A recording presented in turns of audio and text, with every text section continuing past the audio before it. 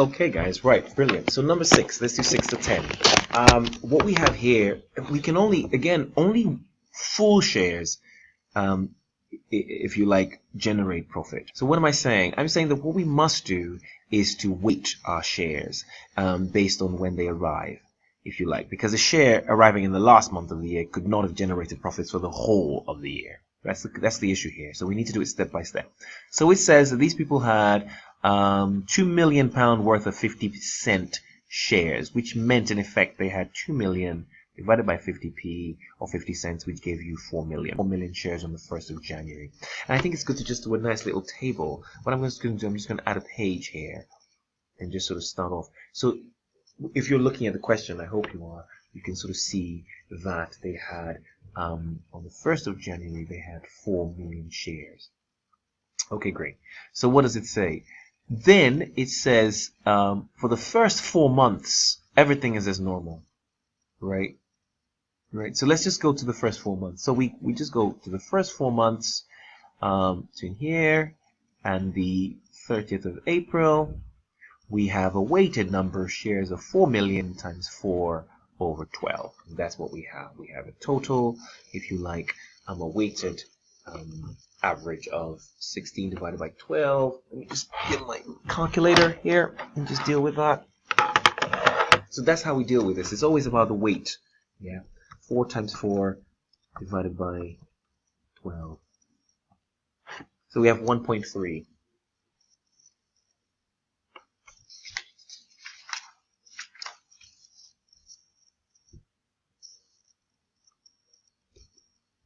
Right? Great. That's kind of I'll start with that because I don't know. I always pretend I don't know what's happening next, and then we can always adjust. Right, then let's look again. Then it tells us that we have, on the 1st of May, you issue another 500 at their market value of 1.2, at 1.2 each. So in terms of shares, now, from the 1st of, I'm going to use a different pen color actually, so that hopefully that will stick in your memory. So the 1st of May to the when is it? To the 1st of August. Okay, great. So to the 1st of August. So to the 30th of July. So I have another 3 months. So I issue another 500 shares, 500,000 shares. But now I have so technically I now have 500,000 shares plus the existing 4 million together. Traveling together, if you like. 4.5 million shares times for how long? May, June, and July. So for 3 months as well, I have that going on. So I have 4.5 times 3 divided by 12. And I have 1.125. Great. Then it tells us that, oh, by the way, you made a bonus. On that 1st of August, you made a bonus issue of 1 share for every 5 in issue. So currently you have 4.5 million shares in issue right now. That's what you have right now. Yes, you have 4.5. So if you have 4.5 existing shares right now, and you do 1 for 5, technically you now literally have, right? This is a bonus fraction. You can call it that.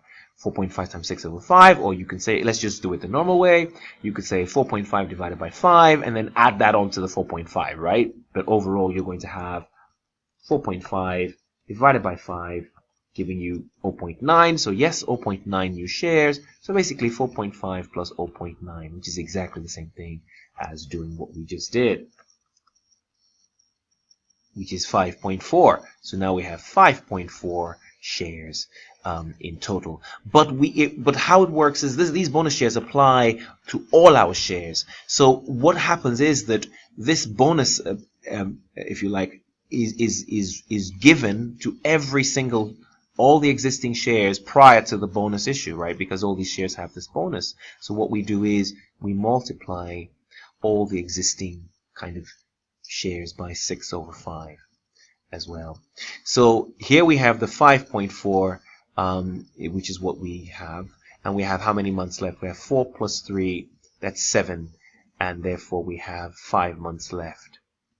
So we have 5.4 times 5 divided by 12, which is 2 0.25. But remember now, I have also multiplied this now by 6 over 5, and I've also multiplied this by 6 over 5.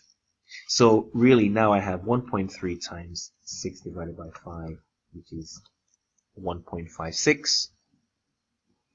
And I have 1.125 times 6 divided by 5, which is 1.35. And I have 2.25. So I add all these together. 1.35 plus 1.56 plus 2.25. And that gives us, right, that should give us, oh, sorry, I've multiplied this. Oh, wait a minute. Yeah, that's correct. That should give us 5. That should give us 5. I'm getting 5.16. I'm just wondering why I'm not getting my full figure. So I have this. Oh, this is rounded. I don't know, somehow this is rounded. Let me just do this bit again. 1.3 times 6 divided by 5.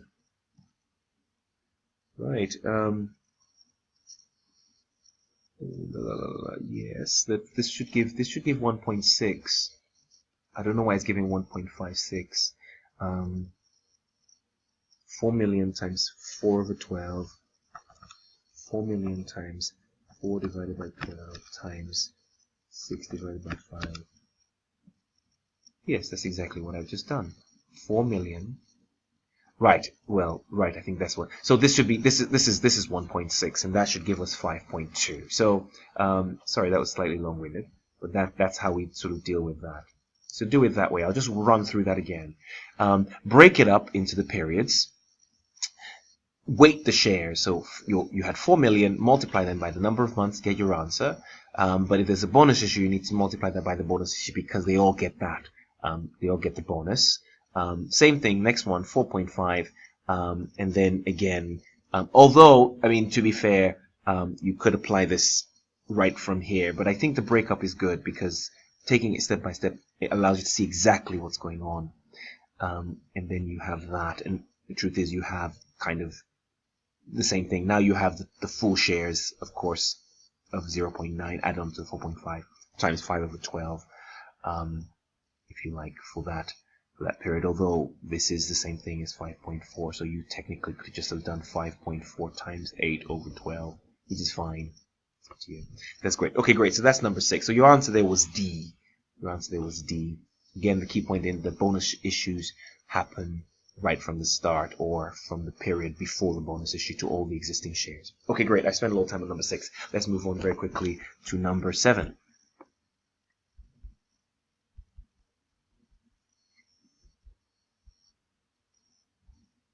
Oops. Okay, so number 7, what's the story here? Number 7, we are told, yes.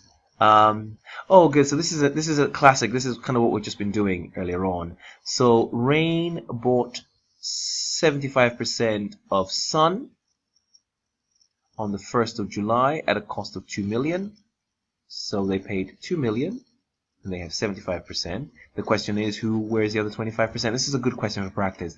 Non-controlling interest, initial fair value, 500,000. Great. So that's 500,000. So that's 2 million. So that's technically 2.5, isn't it? Fair value, we've just done this. This is kind of working 2, isn't it? Well, this is working 3, but this bit here, the fair value of the net assets we would have done via working 2 is given to us as 1.75. Great, so that means the goodwill, therefore, must be 2.5 minus 1.75, which is 0.75. That's the goodwill. That's the initial goodwill at the 1st of July 2004 when we bought this. So it says during this year, 20% of this goodwill, we have an impairment of 20%. So we need to recognize an impairment of 20%.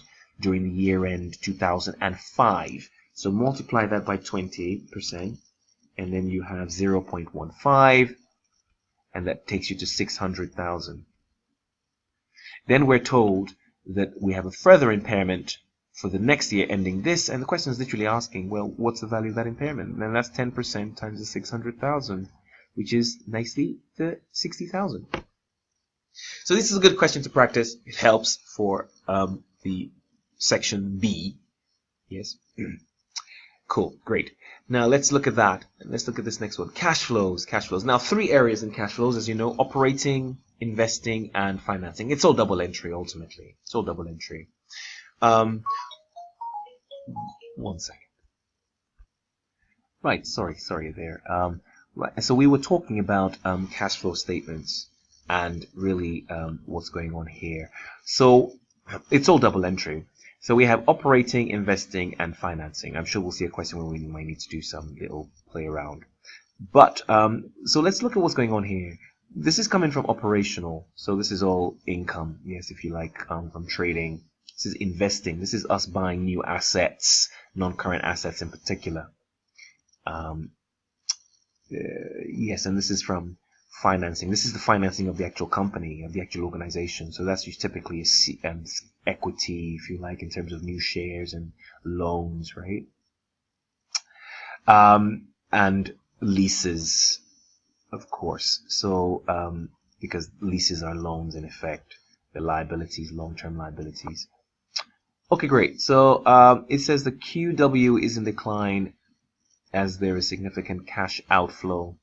I think that's a bit of a long one. I wouldn't say they're in decline. There is significant cash outflow in investing. Decline is a bit strong. I mean, we can see good operations here. Let's look at C. They must have made a profit in the year. We don't know that because there's a net cash inflow from operational activities. We just can't. We can't know that. We would have to. Because if you, as you can imagine, we really don't know. We find cash from operating activities by working to profit. So you might have had to, we have all sorts of things going through. So we can't directly know whether or not we made a profit or a loss. We can't know that. And it says that they must be facing serious liquidity issues as its cash have fallen by 16 million. Well, I wouldn't say having 590 million in the bank, I don't know if I would call serious liquidity problems. But it does make sense. There's a feeling here. A high proportion of its investing activities, they have spent a lot of money on investing by using operating cash flow. Well, definitely that we can see definitely that a lot of this, there's very little coming out of financing. Only 120 has been sort of borrowed, if you like, and that's 1.1. That's almost like, if you like, 1.13 billion. So it definitely is B in terms of the fact that we can see that there isn't strong enough movement on financing to be responsible for the funding of this. So the answer is B. Great. So let's look at, let's go to, I wanted to spend, yes. So let's look at this. So ratio analysis. I think this is a pretty good question, fair question here. Increase in inventory holding days. Which of the following is not? So inventory holding days have increased. Sorry. Right, apologies. That's the last interruption. I keep getting interrupted. So yes, where are we? So again, these people here we are. Increase in inventory holding period is a significant concern. This is a significant concern. It's quite large. Deterioration in the ratios could simply be a result of goods being made on credit close to the year end. KL is attempting to, by delaying payment to suppliers. I mean, these are all valid statements. You can see here, if you like, because you are delaying payments, we can see that this has increased. My goodness, almost like 50 something days. So that's kind of not very good. So that's what they're doing, and it could really. That's very possible. Yes, these are valid statements. This is the issue here, isn't it? The significant increase in payable payment period will have caused the cash. So the fact that you have delayed this would actually cause your cash flows to improve because you are not giving out any money. If you like, you have money sitting there. So the answer is D, right? This is not a valid statement.